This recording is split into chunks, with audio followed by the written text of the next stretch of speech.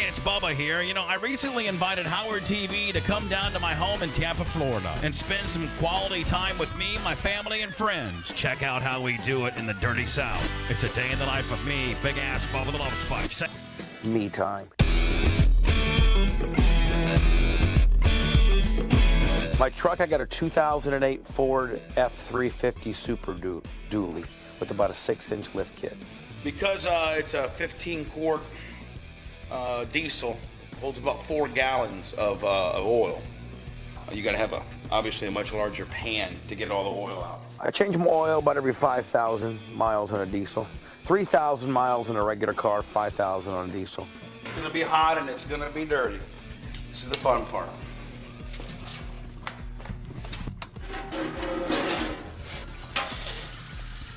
There you go. Man, she's hauling ass. Changing my oil, my truck was a little bit messier than usual. Had one little mess up in the fact that the oil filter adapter that I usually use, I misplaced, so I had to use a regular standardized crescent wrench to try to get the oil filter off, and it didn't work out very well. So I'll have to do that another time. Look at that oil. Look how good that oil looks compared to the shit that I took out. And then you check your oil. You can see it's not over the stick. You don't want it up here. It's perfect, max. All right, she's done. This is the shitty part right here. You think I'm dirty now? If you're gonna change your own oil like a hillbilly like me, have to do it this way, and then you'll take it to one of the oil change shops or something like that, because this is obviously an environmental hazard, oil. Heather ran into some dirt or something. I'm not going to detail her car. I'm just going to quick power wash it real fast. Once I got done changing my oil, then I noticed that Heather had ran through something by picking the kids up, and there was a bunch of like tar or puke or something that was crappy on the back of her bumper. So I went ahead and pressure washed it a little bit.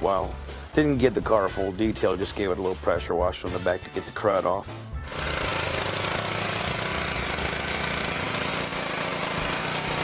I was out changing the oil. I think Heather was inside, doing some baking, some laundry, some cooking. Hi, come on in. I'm Bubba's wife, Heather, and welcome to our house.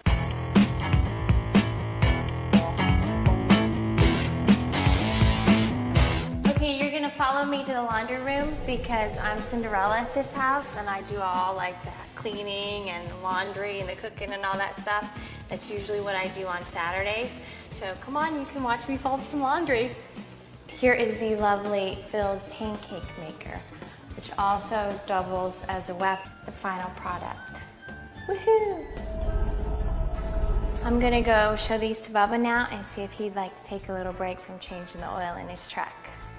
Heather came out and presented me with this little fucking bullshit dish. I wasn't surprised that she came out and offered me, because she's always coming out pretzels, Red Bull, Would you like a pancake? No. Filled pancake? You want some water? Nope. Okay. What do you got? I just told you. Oh, it's already made? Yeah. Oh, yeah, I like to have some. I don't know if she was showing off for the cameras or not, but she brought me this little fucking apricot pastry deal that she's never made before. But usually that's what she's doing, but it's something that I like, not something she's trying to show off to the cameras for. Do you want me to feed it to you? What is it? They're peach apricot filled pancakes. Just try one. No, I don't like that. I was kind of taken back by, it was something that I have never seen on her, on the Bubba standardized little repertoire, what I usually like kind of deal. All right. Do you want any water? Don't be rude.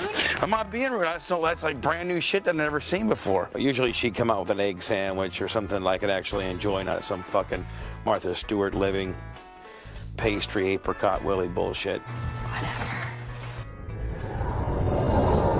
So are you mad at me about the apricot deal? I just had never seen, I'd never seen anything like that before. So I don't want you mad at me. I wasn't trying to be disrespectful or nothing. No, I'm not mad at you. That's cool. I don't like apricot. When I went back in the house, I thought maybe I hurt her feelings a little bit because she did try. I mean, you know, here I am, you know, this fucking, you know, I didn't want to come across like as an unappreciative asshole. I think it may kind of come across that way. But, so I wanted to go inside and make sure she knew that I was sorry for if it came across that way. She was only trying to do something nice, you know. Do you want me to take Tyler with me to the store? Or are you guys gonna leave him in the track? I think you can just stay upstairs. Okay. No, you can flirt with the produce guy. I'm just kidding. Well, the cute guys are in the deli, so they're not in produce. All right, we'll see you in a little bit. Okay, bye. Bye. I'm gonna go up and check on. Hey, we're getting ready to go to the go-kart track for Tyler to practice and for me to get in there a little bit and drive around. So hop in, fellas.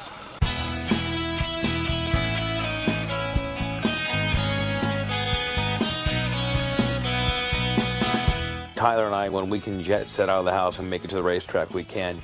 Tyler, you okay back there? What you playing? World About Outlaws? Yeah? All right. We love the go-kart track. That's our home away from home. Traffic's fucking horrible. Jackass.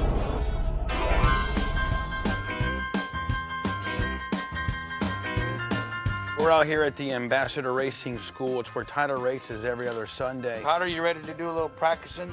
Yes. Maybe race Daddy a little bit? Mm-hmm. Maybe JR? Huh? Yes. When we went to the quarter midget track today, it was kind of more of a leisure fun kind of day. We were trying out Tyler's new car. Ready? Yes. Watch JR's hand signals. Okay. Okay?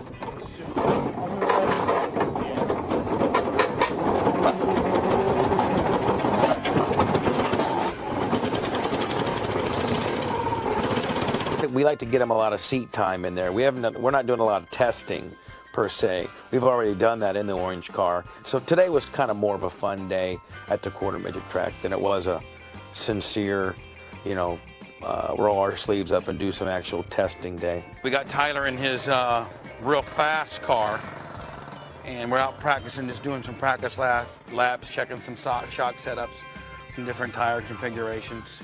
Tyler's 5 years old. He'll be 6 in June. He's been racing since he was 3.5.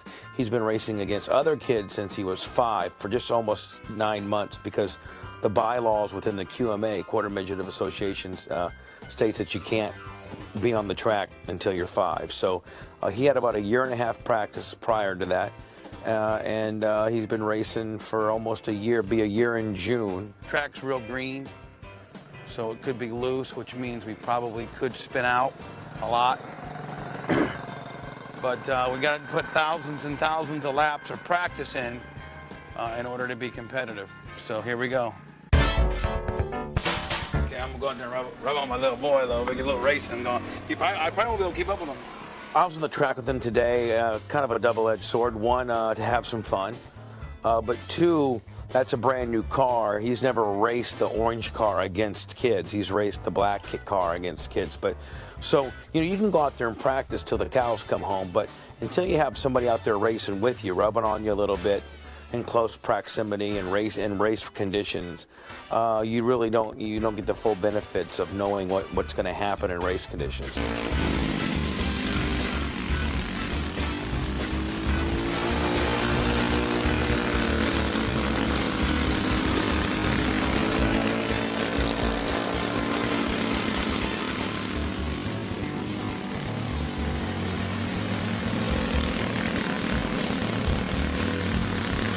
I like going out there with Tyler because he can trust me. I'm not a kid.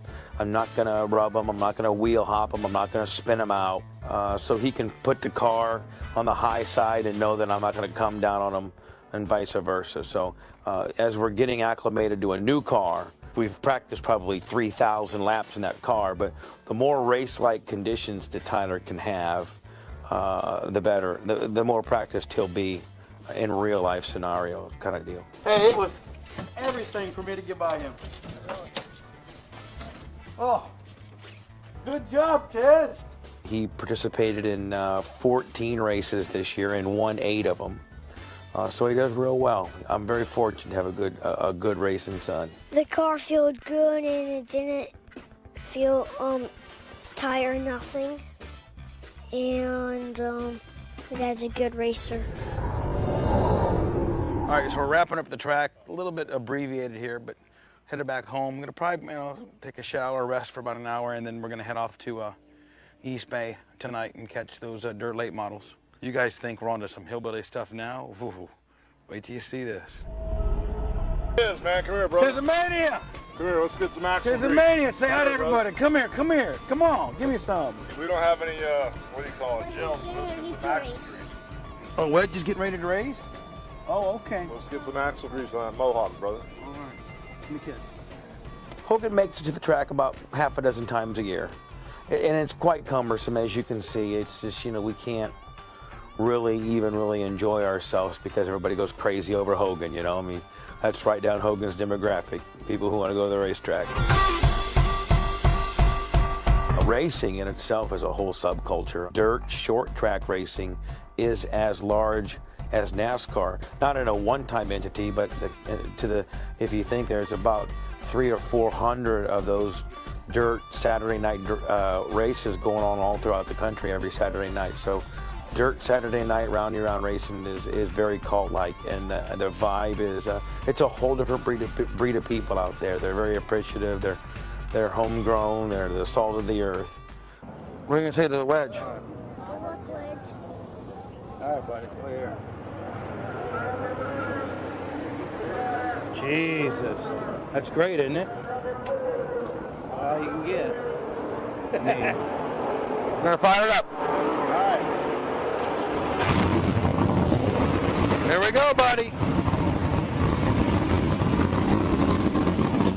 International event to shake our car down for the local series, and I think we got some good data out of it.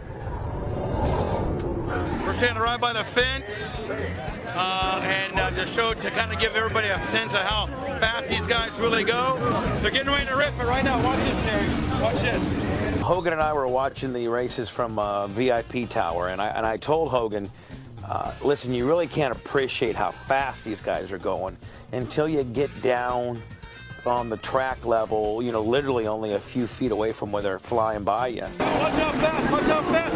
Watch it, watch it, watch how fast.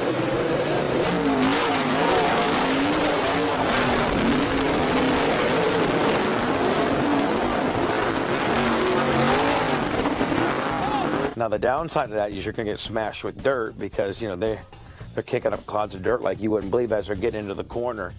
So Hogan, Big Bad Hogan, went down there with me, and he only lasted a couple of laps because it's quite brutal. It's shell shock when you first go down there. So we scampered back up to the VIP Tower after that. Fans are driving us crazy, so I don't really get a chance to enjoy it too much. Gonna go back to the hauler, try to actually relax a little bit.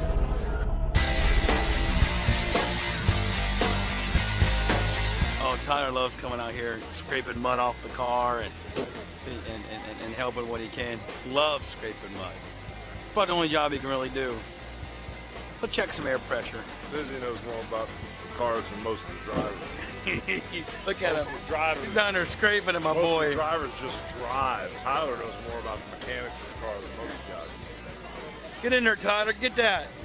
Oh, I had a great time. I was a little bit, I was over all the cameras and all the people coming up, and I started kind of getting at my wits' end a little bit towards the end of the night. All right, it's over. My boy Keith did pretty damn good, actually. We started like 10th or 12th in the B main, got up to 6th. Again, we're down about 150 donkeys. Had a great time, got to see a bunch of good people. It's kind of been a long night. Another 14 hours of taping for you guys. 12-hour radio days to the week, so I hate to be a dick, but I've had enough of y'all. Take care.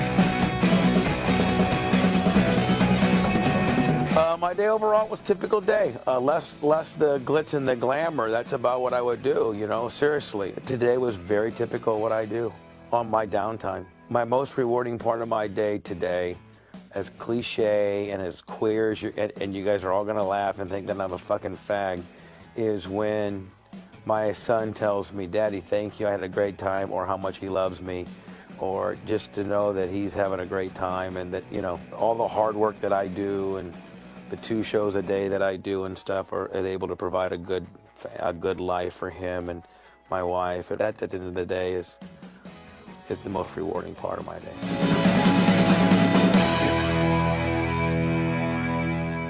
That's a wrap.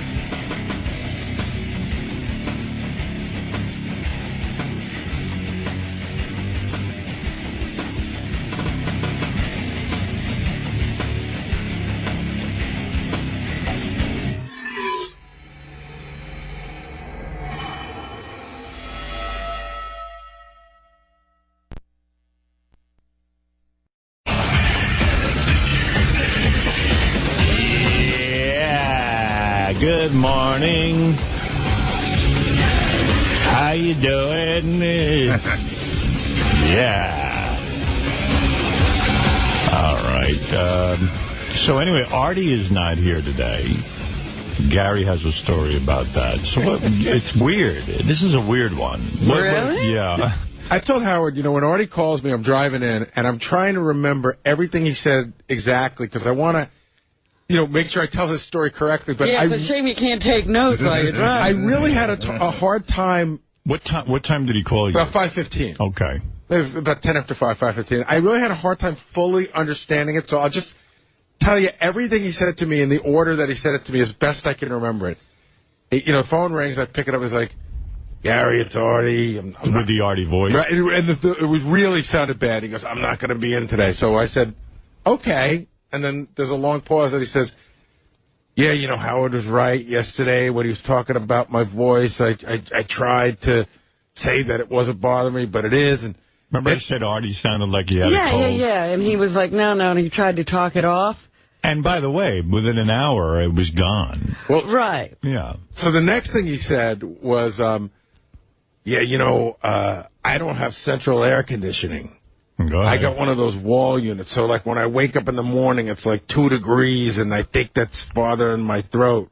So Jason said to me, he goes, yeah, I have the same thing. He goes, you wake up, your voice is a little scratchy, you take a shower, and then it goes away. But that's bothering him, so I was like, all right, you know, I never know what to say, you know? Yeah, I woke up, I was bothered today, too. You know what? The alarm went off, and I was still sleeping.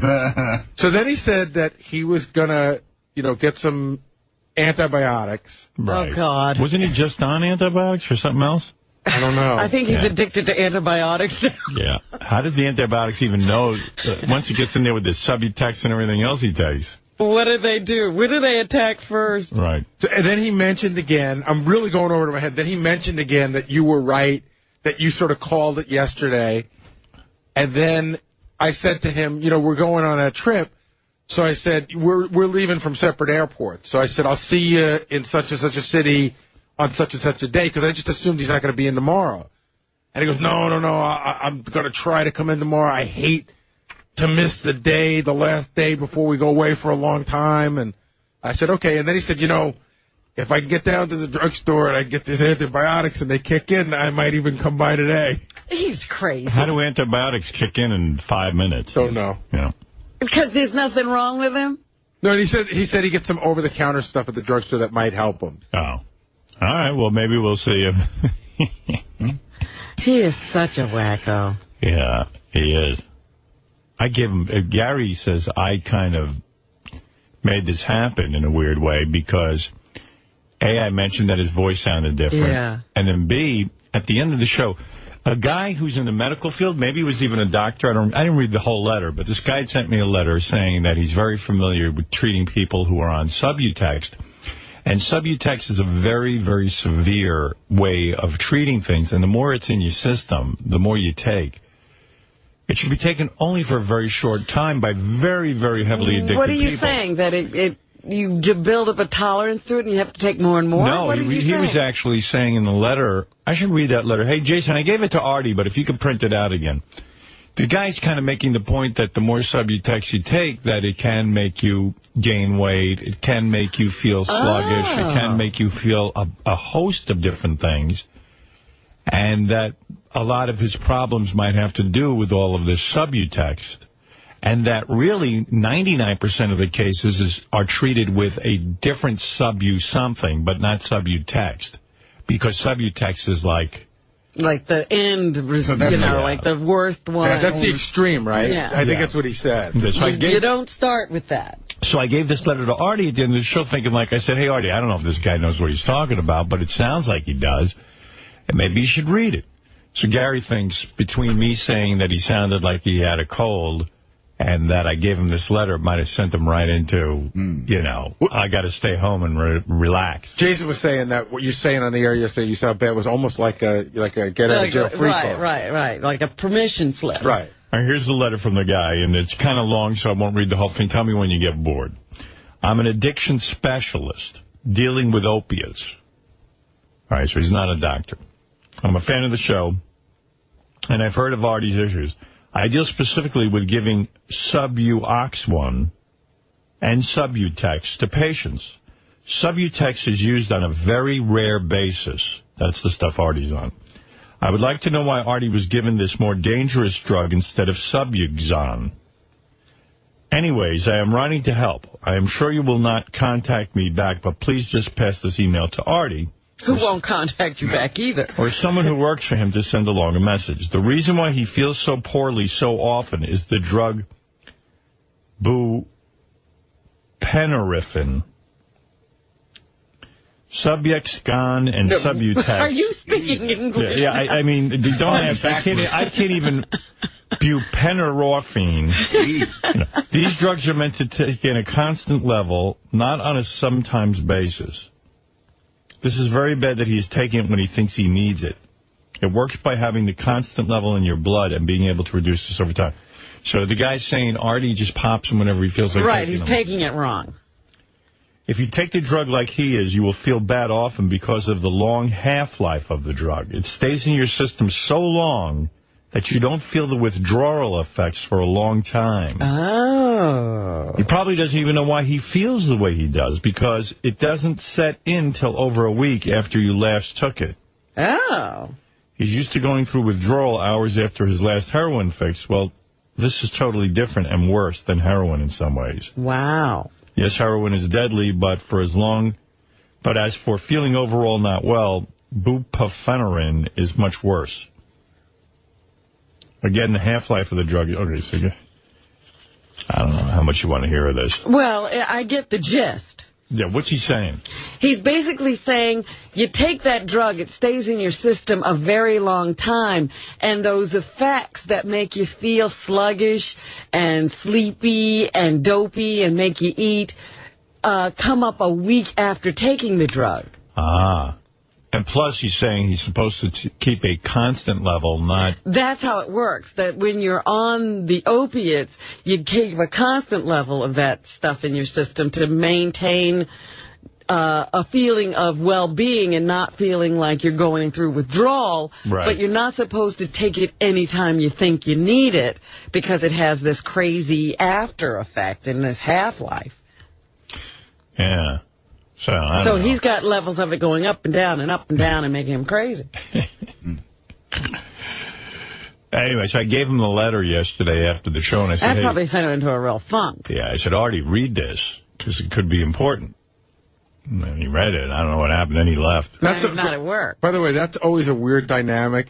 Like, you try to give him, you don't even notice it, but like you're really trying to give him something, and he sort of like wants it, but he really doesn't. And it's always a weird thing when you try to give him that stuff. Yeah, well, I don't know. It seemed like it was important. Well, you ought to give it to him. I just don't know how it lands over where he is. Yeah, like how it affects him. Yeah. When he reads that stuff, because he gets crazy about it. I know, and, you know, his brain starts working on him. I always think you read something like that, he's going to go to a doctor and get some help. No, I think he's going to take more Subutex. Makes him anxious. Do you think losing Lord of the Anal Rings really shook the guy? I think that too. Universe. He was so proud of having that title for so many years, and Richard just trounced him. And you know what? They made a good point on the wrap-up show that, you know, he gave Richard his hoodie. Yeah. And then Richard wound up smelling Sal's butt.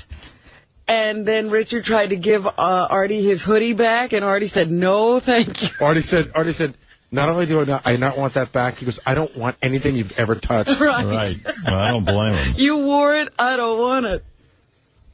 Yeah, a lot of people said they're done. They said, this is too gay, and they won't listen. Oh, it was beyond gay yesterday. Funniest thing. Yeah, somebody wrote Artie a email that was mean, too. He said, your loss in anal ring toss is just the latest hole in the self-deluded sports and game prowess that exists only in your head.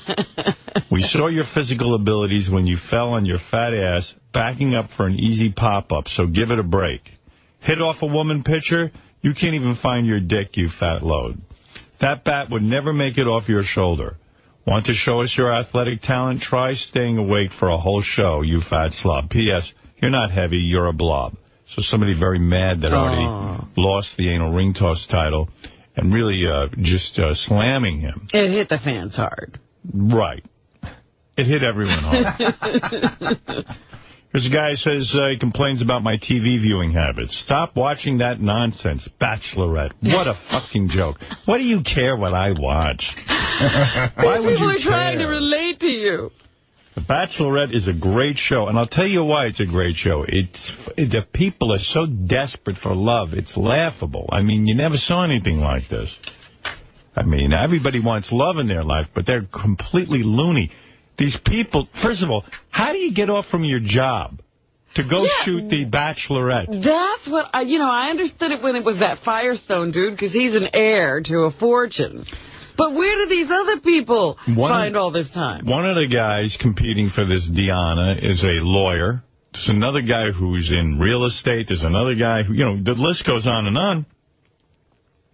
The only guy I see who should be there is this professional snowboarder, because as far as I can tell, he's still a child. And snowboarding season is over. Yeah, I mean, who knows what that is, professional snowboarder. I mean, if you were a woman, wouldn't you head for the hills if you saw a guy who was a professional snowboarder? He'd have to establish exactly what that was. Yeah. You'd have a lot of questions, wouldn't you? Like, hey, dude, is that a real job?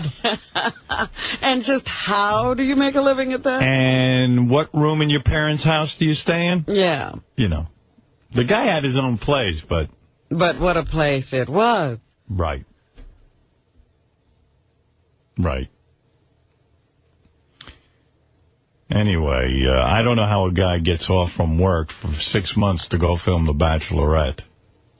That's insane. One guy's got a kid. He's a single parent. Apparently, he raises the kid alone. And he left the kid for how long are you on this stupid Bachelor thing? I've been watching it for fucking 6 months. I don't know.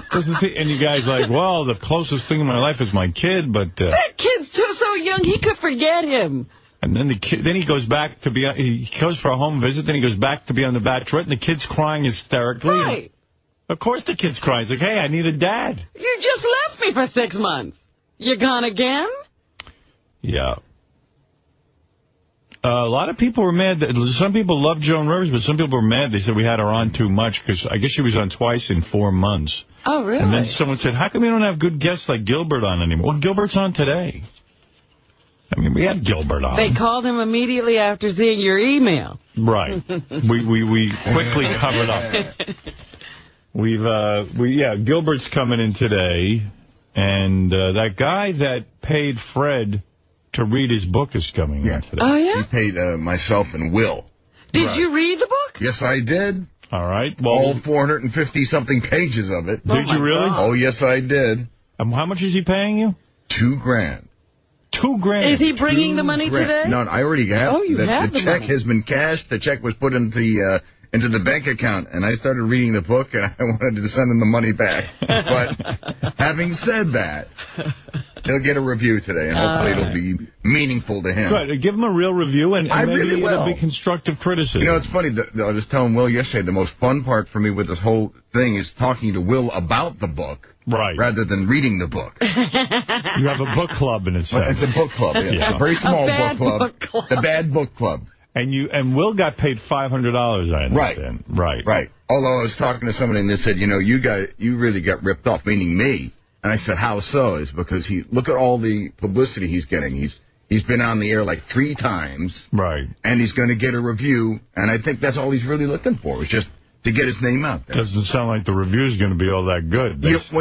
Yes and no. All right. Well, let's wait until he gets here. Yeah. I mean, the guy paid $2,000. Right. He's had a lot of lead time. All right, let's take a couple of phone calls and say good morning to Jack. Jack, you're on in Philadelphia, and then I'll get to a bunch of things that I need to play for you. Hey, I was going to ask for a Fred segment, but after that, I think we had enough of Fred. And Fred will be back. Yeah, and I'll be back. Fred is having his segment so later. You can go back to your Subutex and beer break. Hey, Howard, what about this Artie? I mean, do you just keep him around for the comedic value, or, I mean, he's going to fucking die. I give it within a year. I think you should have the death pool maybe with him, but... I keep Artie around for one reason and one reason only. Artie is a tremendous talent, and everyone here is a talent. That's the reason why anyone is on the show. Well, I understand. What do you mean? Why do I keep Artie around? I keep Artie around because he's a talented guy. Well, he's a load in any other position. I mean, the guy obviously would have probably been fired by now. If this was a real job, all of us would probably be. Yeah, I mean, there's a lot of weird things going on here, you know.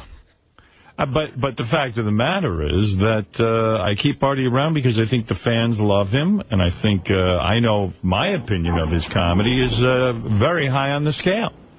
I think he fits into this show perfectly. We all love Artie, but I just think if Artie dies, as you put it, I would be very sad. I happen to like him personally as well. I think we all would. Yeah. All right. Thank you. Well, he's just thinking that, Artie needs some tough love. Maybe. Well, I don't know about that. I mean, if Artie lost his job, I don't think that would do him very well. I mean, I don't know. I don't think Artie reacts well to anything. I don't think there's anything we can do. Yeah, I really am not an expert in Artie's particular problem areas, but I'm just a friend to Artie, and I do the best I can as a coworker and someone who... But really, haven't we done basically everything, and none of it has had a very good effect? Yeah, I mean, I've sat down with Artie privately. I've had to talk with him. I went out and found the shrink for him. I mean, I don't know. I see that Artie is a guy struggling with a lot of demons, but, what can I tell you? What is there to do? How fat do you think Artie's going to get? 400? I don't He's been holding it. Yeah, I think he's topped out. Yeah, I think Artie's topped out. I think this is it.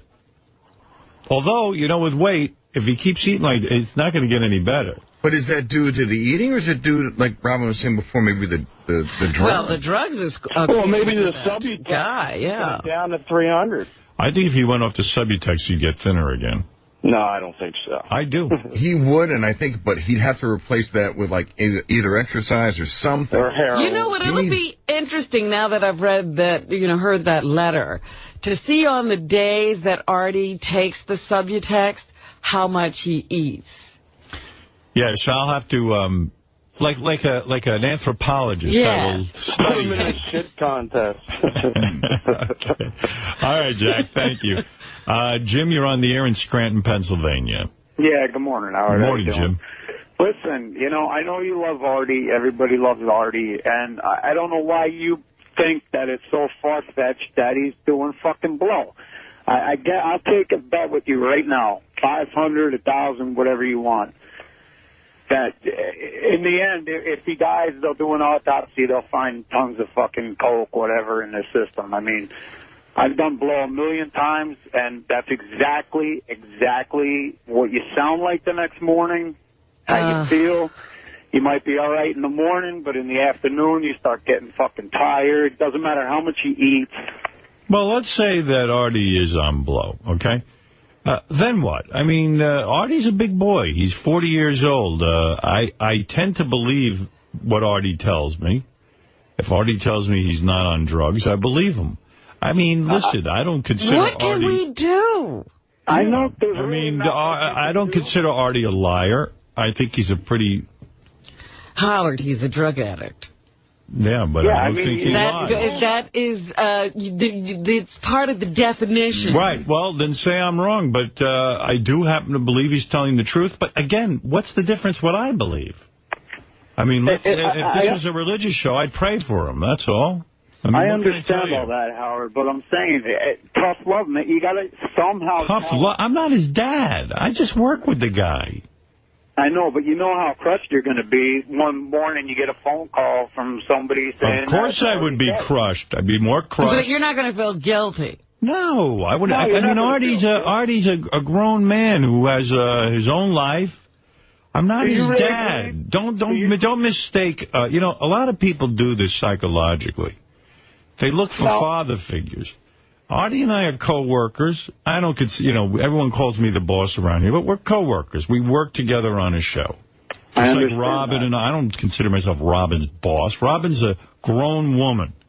Right. Can be childish at times, yes, but... And act out sexually, yes, and all of those crazy things. Enemas and the such. I do my own thing. Do I ever bother you? Never. Robin is her own woman. Now, listen, I could no more tell Robin how to live her life than I could tell Artie how to live he'd like to stop my coffee enema. Believe me, I wish someone would stop you. I think it's disgusting. But what do I know? Maybe she's right. Not to tell him how to live his life, but do you believe that he's either doing blow, heroin, one of those? I mean, honestly, Jim, I'll give you the straight answer. I really don't know. I don't have any clue about that stuff. I am not a drug taker. He wasn't sitting here grinding his teeth. He just had a stuffy nose. Now, I've always heard, I'm not a cocaine person, but I've always heard that if you do lots of blow, it's almost impossible to be fat.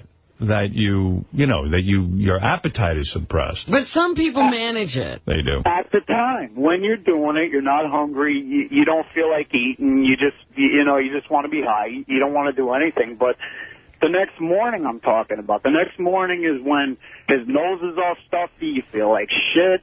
He eats in the morning because you're hungry the next day when you come down off of it. But he eats. And then you get fucking tired, you get woozy, you get all that shit. Yeah, you might be from Subutex and all that, but I'm telling you, dude, the nose thing, I hear it. Well, I listen. And he's an on-the-road comic. You know what on-the-road comics do? They talk about it all the time. Well, he told us he is doing a drug. It's called Subutex. Man, maybe during the day to keep him away from it during the day or to get him down off of it, after a night. But he couldn't even get high, from what I understand, with this Subutex. Right, that's the point of it. It's a blocker. 24 hours. Look, Jim, here's my answer on all of this. Artie is out today. I don't know. You asked me if I think he's on drugs. I hate it when Artie's out because we have to have this discussion. Right. Right. Yeah. Everybody loves this discussion. And everybody wants you to get him into rehab or take care of him or fix him up, which that's not possible. I can tell you this. If I found out tomorrow that Artie was back on coke or heroin, I would be surprised. So I must believe on some level that he is not on drugs. Yeah, and I believe that. You don't want to believe it. You don't. Maybe I don't want to believe it. I want to believe the best for my friend. So there you go. I understand. I don't know what else to say. I mean do you have any other proof, sir, besides the fact that Artie had a stuffy nose yesterday? No, I don't have any proof. There you go. Unless he had hidden cameras in his place. But, I mean... we do. He won't let us do that. Well, we don't want it. You don't ask permission.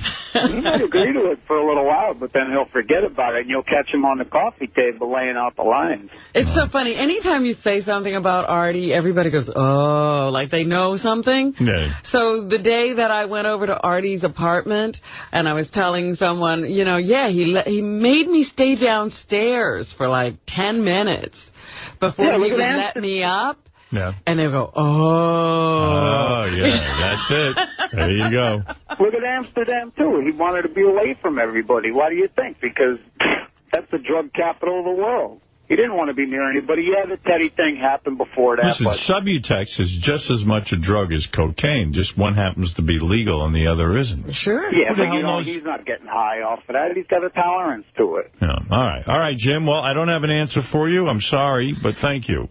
I just don't want. I know he's your buddy. You don't want to see anything happen to him, and it's not your responsibility to hold his hand and everything. But I don't know. I don't know what you're asking me to do. He's got to come out. He's got to come out and say, look, I got a problem. Would you? But maybe he does. Listen, he does say he has a problem, but he says he's crying for help.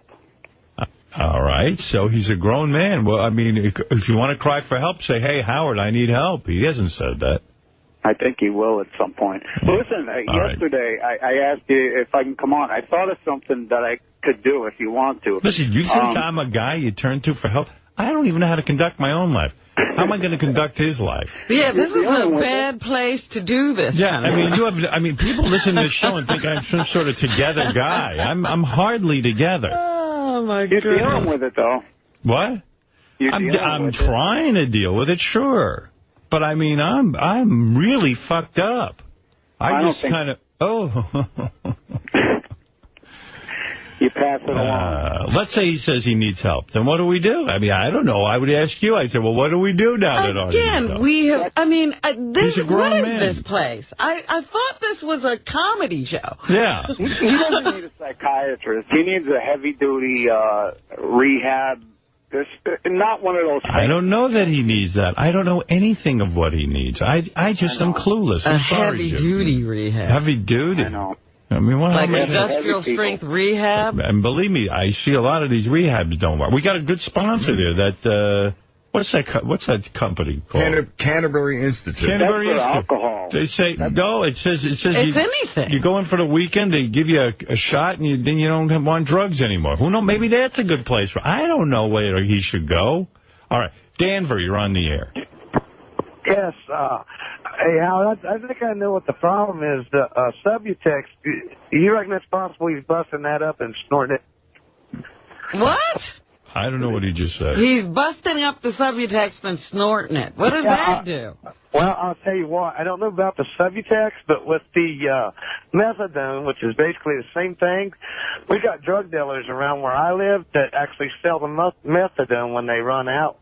And you bust that up just like you would an Oxycontin or any kind of pill, and it gives you more of a high, more like what the actual drug does, like the heroin. You mean rather than swallow it, if you snort it, it would be better? That's the way the methadone is. Wow. I don't know anything about that. Well, that's speculation. Right. You know, when you're 40 years old, at some point you just get disgusted and go, you know, this is ridiculous. No. Some people actually keep doing it for the rest of their lives. Really? Wow. I mean, at some point, you just kind of go, oh, my God. I mean, this in my 20s, this was kind of fun. But, you know, now I'm a little bit older. I don't know. All right. Thank you very much. Let's go to Brian on the air in Red Hills, Pennsylvania. Brian. Hey, now. Hey, now, Brian. Hey, I got a question and request. With the end of the month coming up, do you have any kind of special programming for the announcement of the merger? Well, first of all, there's no guarantee that this merger is going to go through. Programming. That's right. Yeah, I mean, you know, I don't know if you're going to take off or do something special for that day. Or yeah, we'll take off. We'll take off. Oh, that I would do. That sounds special. I'll take the day off and celebrate the... That's right. Listen, if the merger... You want to be alone when that happens. You know, someone came up to me yesterday and said, oh, my God, the Sirius stock and XM stock is in the toilet. I said, well, that doesn't surprise me. I said, these companies have been completely... Look at your government. Put on hold. There's sabotage going on. Look to the government. I said, that doesn't surprise me. I said, I don't know anything about the market or anything like that. But when you see something taking 16 months and they're nudging the fuck out of these companies and basically harassing them. Yeah, it's always like racketeering. It's crazy what's going on. This is all because of the lobbyists who pay off these politicians. Nobody said. The Department of Justice has already said it's not a monopoly. What the fuck else do you need to go by? But it even took them a year to figure that out, and it's a very simple question. Right. So the fact of the matter is, I thought this merger would have gone through a year ago. Maybe it would have taken 6 months to go through. So now we're over 16 months. Here it is.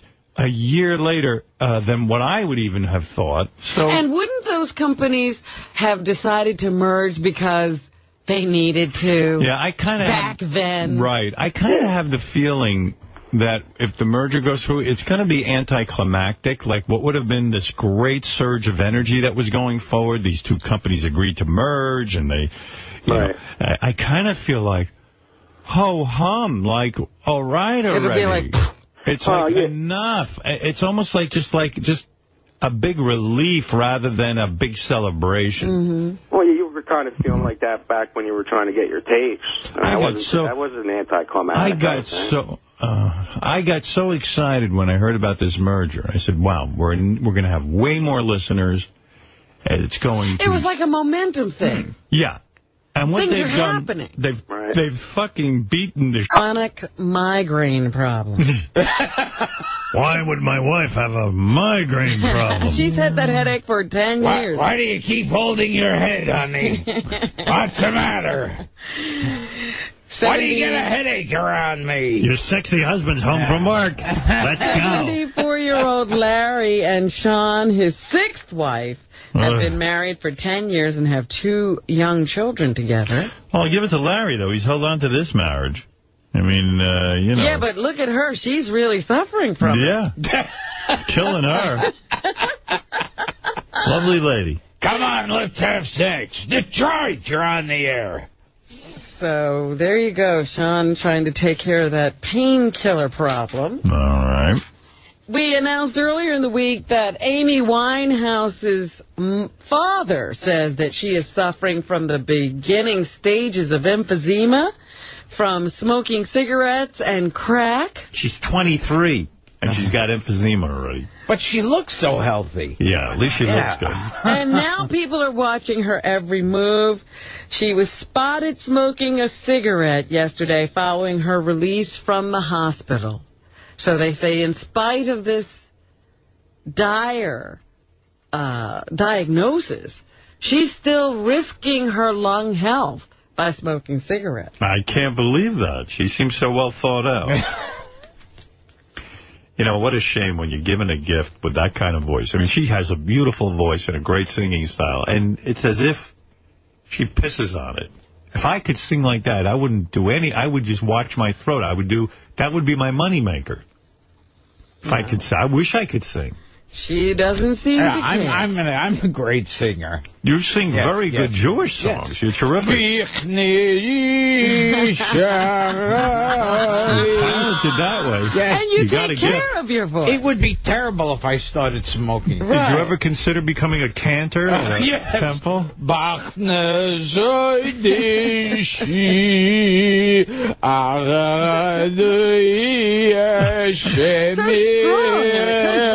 Sounds like somebody in your childhood made you go to temple every weekend. Winehouse was reportedly caught puffing in between rehearsals for 2 upcoming performances. Despite the cigarette break, concert organizers for Nelson Mandela's birthday bash, where Winehouse is scheduled to perform this Friday, say her rehearsals went well. Oh, yeah. If she shows up, it goes well. Well, the rehearsal went well. We'll have to see what happens with the performance itself.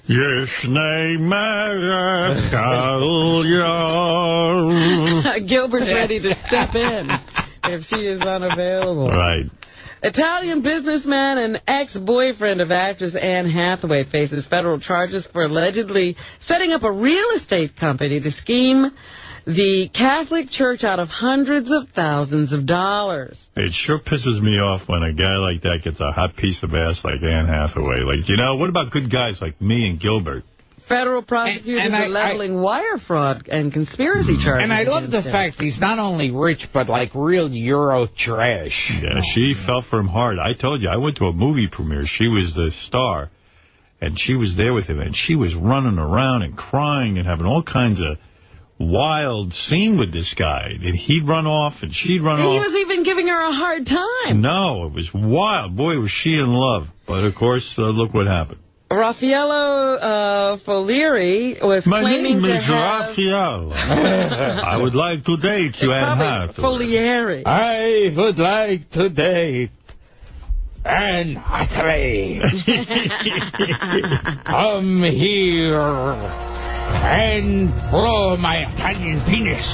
You are from Italy and you are a wealthy financier. I am a very big financier. And you like Anne Hathaway. I like Anne Hathaway's big ass. Take your big ass over here, and I will cheat companies out of billions of dollars for you. Well, he claimed to have close ties to the Vatican and I know the Pope personally. Fuck me, Anne. I know the Pope. He used the money from these real estate deals to bankroll an elaborate New York lifestyle, which included a Trump Tower apartment overlooking Rockefeller Center in Central Park at $37,000 a month. See, a guy like that, he's a bright guy. He just can't play it straight. That's his problem. He's being held on $21 million bail. These con artists, they're all geniuses, you know, but they can't. There's a gene inside of them, I think, that just doesn't allow them to earn an honest living. They've got to swindle somebody out of something, you know. What is that, a cake made out of Jews you brought Anne Hathaway? Is that what you brought her for your first date? Raphael? Yes, it was made from the ashes that I collected in Auschwitz. And I made a delicious cake. A delicious Jew cake. A delicious Jew cake from the ashes in Auschwitz. With a Treblinka topping. Oh, thank you. Anything else, Robin, in the news? Yes, presidential candidate Barack Obama got the, quote, Hollywood treatment last night at a celebrity-studded fundraiser for his campaign and the Democratic National Committee. Many celebrities who had supported Hillary Clinton are now rallying behind Barack Obama. Clinton's top fundraisers are also being wooed by Obama in hopes of adding to the nearly $290 million Obama has already raised. Here's California Attorney General Jerry Brown, who was at the event. 2-5. All right. This is Jerry Brown speaking about Obama. Mm-hmm. All right. I'd like to hear that. Here we go, Gilbert. I know you're anxious. I saw a lot of key Hillary people there, and when he walked in, the enthusiasm, the applause, it was real. It was genuine. This man is a unifier. All right. So they say he's bringing the party together. The guest list included Samuel L. Jackson, Sugar Ray Leonard, and singer Seal, who performed. Seal, yes. He's with Heidi Klum. Yes. Yeah. All right, Robin. And the Clintons seem to be throwing their support behind Barack Obama. There's Seal. I heard him in the background. Hillary Clinton has returned to Capitol Hill for the first time since suspending her presidential campaign. She told reporters that her goal is to be the very best senator she can be, and Clinton said she's no longer seeking the vice presidential nod from Illinois Senator Barack Obama, the presumptive Democratic presidential nominee, and she is also urging her supporters to get behind him. 2-6. Anyone who voted for me has very little in common with the Republican Party. If you care about the issues I care about and the future that I outlined during my campaign, then you really have to stay with us in the Democratic Party and vote for Senator Obama to be our next president. I think secretly she'd like to see McCain win. I do. No. I do. I agree. She cares about the country more than that, Howard. No, I don't think so. I mean, I loved Hillary. I wish Hillary was the nominee, the presumptive nominee. But she is not. And I was for her. I like her. Well, listen to what she's saying. Yeah, I don't believe it. Oh, you think you're reading between the lines. Yeah. She's saying vote McCain, vote McCain. She's saying vote McCain, and then we can, 4 years from now, I'll run again. Right. McCain and again. All right, anything else? Bill Clinton's former Secretary of State says changes need to come in fighting terrorism as well. Madeleine Albright adds the idea of presumptive Democratic presidential nominee Barack Obama meeting with enemy regimes should not be disregarded. The allegations that have to be stopped is to say that just talking to the Iranians is wrong. You have to talk to your enemies, not just your friends. There's no talking to the Iranians, trust me on that. She also praised Obama's ideas on fighting terrorism. A President Obama will have a very robust approach in terms of... The Iranians are irrational. It'd be like talking to, Hitler. I mean, there's no talking. They're irrational. You haven't had one conversation with an Iranian. I remember Ronald Reagan's approach to the Iranians. It worked best. They understand one thing. We're still fighting with them. That's the result. If he was still president, the war would have been over. Sure. That's it. There would have been no terrorism. He would have been sitting there going... No, come on. Now you're being disrespectful. He had Alzheimer's. Come on. I'm not going to stand here for that. I'm not going to do that. Anything else, Robin? Iran's Revolutionary Guard is warning the United States it will face a tragedy if it attacks the Islamic Republic. Well, we have the Morgan Guard. In a statement today, a senior commander of the elite guard says, quote, "We advise U.S. officials to be careful not to face another tragedy." No, we're shaking in our boots. The warning comes amid stock market rumors of a possible Israeli military strike against Iran's nuclear sites. So, there you go. They're saying they're going to take that as an attack against them by the U.S. All right. Anything else, or is that it? One of John McCain's top advisors has apologized for his remarks that a September 11th type attack before the November election would benefit McCain. Right. Charlie Black called the comment inappropriate and expressed deep regret. Former presidential candidate Mitt Romney says, quote, "It's an unthinkable scenario." 2-4. All right. Unthinkable it is. 2-4? 2-4. All right, this is Charlie Black. That's what I said. I don't think people... You said Mitt Romney. I did say Mitt Romney. Sounds like Mitt Romney. People who are running for office want to be characterized by that kind of punditry, if you will. Instead, they want to be characterized by their positions on issues. So, yes, they're saying, and some people are calling for McCain to fire this guy for making such a statement. But you going to see Gilbert July 10th at 8 o'clock at Caroline's on Broadway in Manhattan? I would love to. Well, okay, then go to carolines.com for information. That's what he's here for. And he's got that Fakakta DVD, Dirty Jokes. Go to gilbertgodfrey.com. They're saying that they've come up with the first vaccine to treat lung cancer in Cuba. Wow, how's that possible? We have great medical facilities, top doctors, and Cuba's come up with a lung cancer treatment? Yes. I don't believe it. I'm sure it's not for real. Scientists say they have a drug that has been shown to significantly improve the survival rates among patients. Unlike traditional chemotherapy treatments for lung cancer, the drug has few side effects and delivers a modified protein which attacks cancer cells. All right. I'll believe it when I see it. They say it's the first vaccine for lung cancer registered in the world. The Cubans coming on in medical research. Wow. That's amazing. Anything else? Golf superstar Tiger Woods has successfully undergone surgery on his left knee. The procedure was performed in Park City, Utah, and came 8 days after Woods captured the third U.S. Open title. No timetable has been given for his recovery. They expect he will miss the season's final two major championships and the Ryder Cup while recovering.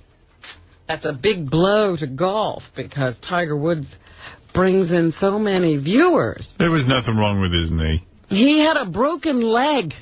I don't believe it. When he was playing, and he won the U.S. And he won, Open. and that should officially not be a sport. He can win the U.S. Open with a broken leg. He's hardly an athlete. I never heard of that. That's insane. What else, Robin? The Taliban doing very well. They made $100 million last year from Afghan farmers growing poppies for the opium trade. Well, that's what it's all about. That's what we're fighting. They can raise $100 million to fund, the rebuilding of an army. Right. They have so much money in the heroin trafficking. That's why they... crazy. I think we should go there and talk to them. Yes. No, I think Good people idea. should stop taking drugs in this country. You know we're the biggest market. Well, talking... If you care about the troops... That's why talking sounds so reasonable. I'm sure if we sat down with the Taliban... They will listen. Yeah. Right. No, I'm telling Iranians, you. too. Yes. All those people with those little ribbons on there, stop taking drugs. The Iranians don't want to wipe us off the planet and... No. See an all-Muslim world? It's a misunderstanding. Right. I'm sure, the two of you are so bright. so once a Barack sits down at the table with them, everything will be cool. Sure, I think once he says, look, it's a misunderstanding. We feel this way. You feel this way. And you're saying they won't build any nuclear power plants and have the atom bomb? No, you say, hey, let's have a compromise, fellas. All right. Look, he got white people to vote for him. He obviously is a persuasive guy. Well, he truly is. Robin, is there anything else? But white people are rational. Really? Which ones have you met? What are you talking about? All right, go ahead. Not on this show. A health expert says the health of poor Americans are being devastated, is being devastated by worms and parasites. I believe that. Such diseases as dengue fever. You know I had pinworms? And Chagas disease may become a bigger issue in the U.S. as the climate changes. I got some dengue fever. I'm itchy. Anything else, Robin? The expert says this disease and others keep people locked into poverty because the effects can last years, decades, or even lifetimes. I'll tell you what. Eat cake without parasites. That's the answer. He says the diseases occur predominantly in, quote, people of color living in the Mississippi Delta and elsewhere in the American South and disadvantaged urban areas. The findings can be found in his report for the journal Public Library of Science Neglected Tropical Diseases. Right. Oh, stop that. Well, he has dengue fever. Oh, my goodness. Gilbert. It's very wet back there. Try up that area, Gilbert. You can fight it.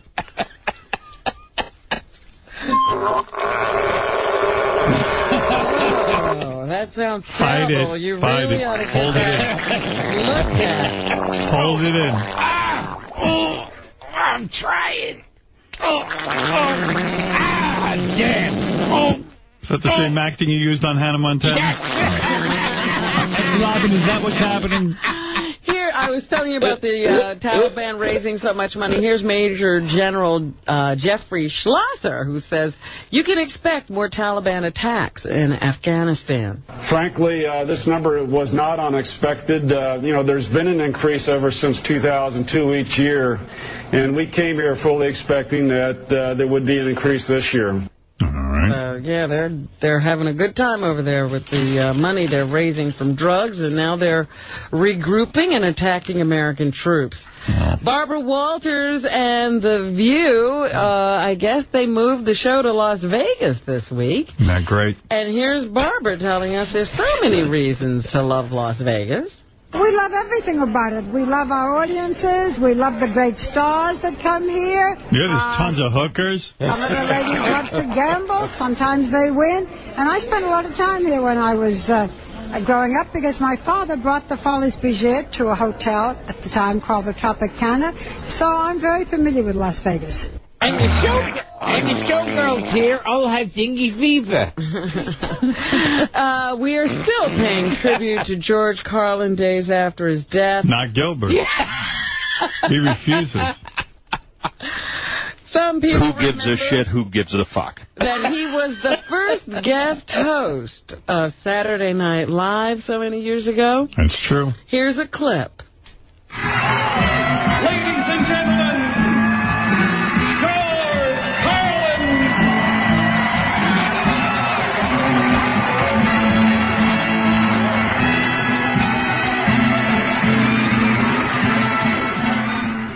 And here's a little bit of his opening monologue.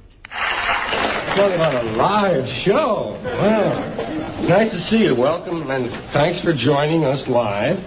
I'm kind of glad that we're on at night so that we're not competing with all the football and baseball games. So many, man.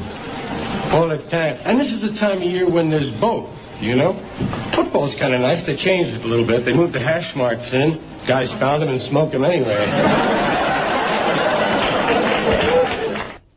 All right. Wanted. Look at Gilbert writing that down. George can't use it anymore. All right. Wanted is coming to a theater near you soon. It stars James McAvoy and Angelina Jolie. Here's James to talk about Angelina. Angelina Jolie comes along and tells him that he has actually got a father, and he's had one this entire time. And he's all right, this guy, I don't understand what he's mumbling about. Get Smart Steve Carell, #1 movie at the box office this weekend. Here he jokes about his co-star Anne Hathaway. I might have initially said that Anne Hathaway would not be hot enough to share the screen with me, that in watching the movie, it might be sort of evident, and that all eyes would... Okay. Have you seen some of the promotion they're doing for this film together, where they try to be off-the-cuff funny with each other? I hate that. I hate those interviews. I hate it all. Yeah. And I love the original Get Smart. That was the best. I choose to remember that. I'm officially an old fart. You don't want to see this new thing. I don't want to see it. No, me neither. You either. But you don't get out of the house. Yeah. But with another reason. no, I love the old Get Smart. Of course. It was a classic. It's enough. So you can't remake that. How could that be better? And I don't think they have Jaime... no. What's his name? Right, Jaime. Jaime the robot. What was that actor's name? Dick Gautier. Dick Gautier, yes. Yeah. Listen, they tried to remake The Munsters. You remember, they even had some of the original cast. 17 years later, it was horrible. Horrible. Do you remember they had two Hermans? Yes. Okay, who are the two Hermans? Well, Fred Gwynn. No, I mean, that was the original. Right. The two Synths. One was that little fat guy. Little fat guy? He's a chubby guy. Yeah. I can't think of his name, though. John Shuck. That's it. John and who was Shuck. the second one? This is amazing. The other one was Edward Herman. I don't remember. I never saw that. Yeah. He always plays those intellectual parts. Wow. Yeah, he's played Roosevelt, hasn't he? Yeah. And I think Bobby Moss was Grandpa in one of them. Oh, yes. You're right. Yeah. That's with the space between his teeth. Yeah. All right. Anything else, Robin? Britney Spears has gotten overnight visits with her kids put back on the plate for her. Now I can relax. Yes. I know you were all upset that she had lost custody of the kids and K-Fed was raising them and she could only have supervised visits. Well, now the kids can stay overnight with their mom. By the way, Saturday Night Live is rerunning the episode of the original episode with George Carlin this Saturday night as a tribute to George Carlin. Isn't that wonderful? That's right. And didn't he just go into rehab like George Carlin? I don't know that. Not too long ago. Yeah, like about a month before he died, he went into rehab. Oh, see that? Who knows? Maybe he was really abusing himself. See, so maybe you shouldn't go into rehab. Right. Look at Amy Winehouse. Look at what happened to poor George. Anything else, Robin? The drugs. I think for today... You are done? Well, that's what's happening. Gilbert reminds you to go see him July 10th at 8 p.m. at Caroline's on Broadway, Manhattan. And, of course, you'll see him doing all of his impressions, his comedy, and his new Groucho appearance today was fantastic. Except for when he got racist. That's all right. Well, it was very accurate, though. Well, you do a good impression. An accurate depiction of Groucho? Well, no. As a racist, senile old man. When people go senile, they become very racist. Right. To purchase Gilbert's comedy DVD, Dirty Jokes, go to GilbertGottfried.com. Good luck to you with all of your jokes. Go home and tell your daughter. Yes. Right. I want to remind you that Marvel Studios put together...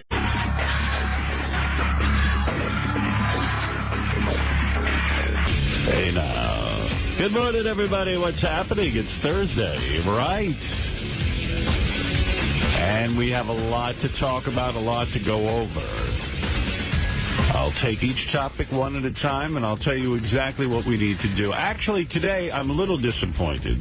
A woman named Jane Pratt, she had a magazine called Jane. She had a TV show for a while. She was my guest on terrestrial radio several years ago. She was supposed to be here today because she lied to me when we were on terrestrial radio. I asked her point blank if she had made love to Drew Barrymore, the Hollywood actress, and she told me no. And recently it's come out that she did make love to Drew Barrymore, and she did say she would tell us all the details here. She said she regretted that lie. Yes, and she was supposed to come in today and tell us the full, blown-out Sappho story of those two eating each other out. And what happened? And she backed down. She backed out. She's catching a lot of shit, maybe. Maybe. She made too big an announcement. It was weeks ago that she said that. She should have come in right away. I'll refresh your memory. Here she is from our old show on terrestrial radio. In fact, Mike Walker, we had him on from the National Enquirer, and he, you know, he's a pit bull, too. He was jumping right in there. Let's talk about Drew Barrymore. Oh, yeah. Now, yeah, let's talk about that. Drew, the lovely Drew Barrymore. What's going on? Did you introduce Drew Barrymore to lesbian sex? No. You did not. According to my research, what? That's good. Mike, go ahead. What do you know? That is not true. Gossip in its most lethal form. Well, it's a story that's been out there. I mean, whether it's true or not, I don't know. I'd love to believe it was. Well, me too. But have you ever kissed Drew Barrymore on the lips? Have I ever kissed Drew Barrymore? Oh, a hesitation there. Good question, Howard. Thank you. Actually, you know what? The answer to that is yes. Yes. Ooh. Have you kissed her with your tongue? Oh, baby. No. That's a lie. No, that's not a lie. Would you be willing to take a lie detector right now? Absolutely. You would. Have you ever kissed I don't have other one. woman with your tongue? You're lucky. I don't have a lie detector. Have you ever kissed another woman with your tongue? Yes. You have? Yes. So you're a lesbian? No, but you like to play not. lesbian games? I like men. You're bisexual? I will try anything once. You will? Twice. All right, we'll get to that in a second. Now we have by the way, something to Mike talk about. has some very tasteful lesbian sex. Mike, easy. And then this. And who else did you kiss? Did you kiss Griffin Dunn? No. No. Did you kiss Drew at the Spin the Bottle? Yes. You did? Yes. Well, that's why when you said, did we kiss? I said yes. You did. With your tongues? No. I said no tongues. No tongues. No tongues. Did you try? To tell you the truth. Did you try to slip her the tongue? No. Well, you've slipped the tongue to other girls. Why not her? She's attractive. You know what? You're absolutely right. If I were going to be a lesbian, I think Drew would be the one. She's gorgeous. Well, no, it's because she's famous you'd want her. You like famous people.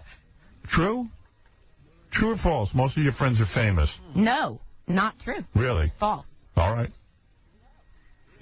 And why does it say here you were reported to have introduced Drew Barrymore to lesbianism? How did that get started? Isn't that wild? Did you know about that rumor? No, that one's news to me. Wow. All right. Did you go to a party at a club called the Squeeze Box and make out on a dance floor after Drew danced topless on a bar, and then you left hand in hand with her? No. You did not? I was at Squeeze Box with her. Squeeze Box? I know what it is. What is that? A Squeeze Box? It's a night at this club called Don Hills. They have a thing called Squeeze Box. Is it a lesbian night? No. I don't even know what the theme is. It's because Squeeze Box implies vagina. I know, it does. There are a lot of drag queens there that night. Maybe that's the theme.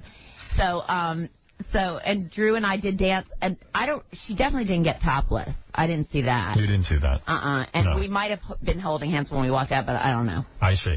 You're holding hands. I act like I'm on the witness stand. But why hold hands? I'm trying to answer it. Well, you're lying in court.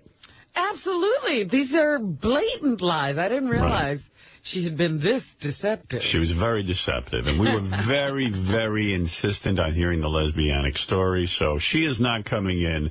I absolutely think Drew Barrymore has given her some kind of shit. Rich in Lansdale, Pennsylvania, you're the first caller of the morning. Good morning. Yeah, Drew Barrymore was just announced this morning the new spokeswoman for CoverGirl. Probably for people giving her shit now. Well, there you go. That's why, I guess. There's your answer, Rich. All right. All right, thank you. Yeah, take it easy. What is it, Pete? You're on the air in Pittsburgh, Pennsylvania. Hey, how you doing, Howard? Hey, brother. Okay, is there any way you could put me on hold for 1 minute so I could roll this and smoke it while I'm on the air? Sure. I got a lot of questions. Come back to me. I'm not wasting your time. You want to smoke while you... Yeah, I'm rolling a joint right now, and I like doing it on the air. It gives me that extra confidence, especially when I'm talking to you guys.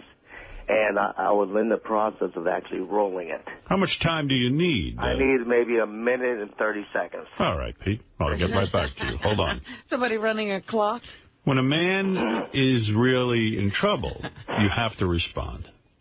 That's Pete, who needs 1.5 minutes before he can ask his question. Would you like to make some crystal meth? We have 10 minutes for that. Depending on what drug you're into. Yeah. How you doing there, pal? I'm doing good, buddy. Yeah, you got... What's for breakfast? Apparently he's eating. Yeah, there's some food going on over there. Well, I got my normal bagel, and my mother left me some sandwiches yesterday. Oh. Did they cut back on the butter? I'll give you the butter report. I don't know yet. He hasn't unveiled it. You're going to have a sandwich and a bagel. I'll have the bagel later. Yeah. What kind of Sammy did Mommy make you? You know what? She made me a little nosh here. This is nice. Looks like a vagina sandwich. What is that? A little vagina. What is that? Vagina on a hard roll. Don't you hate when people ask you what you're eating and look at it and stuff? It drives me crazy. I know. Yeah, it's like, it always seems gross to them. Yeah. Like, what's the matter? What do you mean? It's bad? What is that? It's actually pastrami. Oh. I'm being a little unkosher here. Pastrami, provolone, sauerkraut, and Russian dressing. Wow. Sauerkraut? Yeah. With provolone? And pastrami, I don't get the sauerkraut. Pastrami and Russian dressing. It tastes fantastic. I like that your mom makes you sandwiches, though. Unique. You're so right for this movie I want to make with you, Marty. She got... And go back and see the original. Marty's Marty. I've seen that before. Marty. I have seen Marty, but... His mom made him sandwiches, too. Mom! You know what, though? She didn't make this. She got this at, like, a Jewish deli.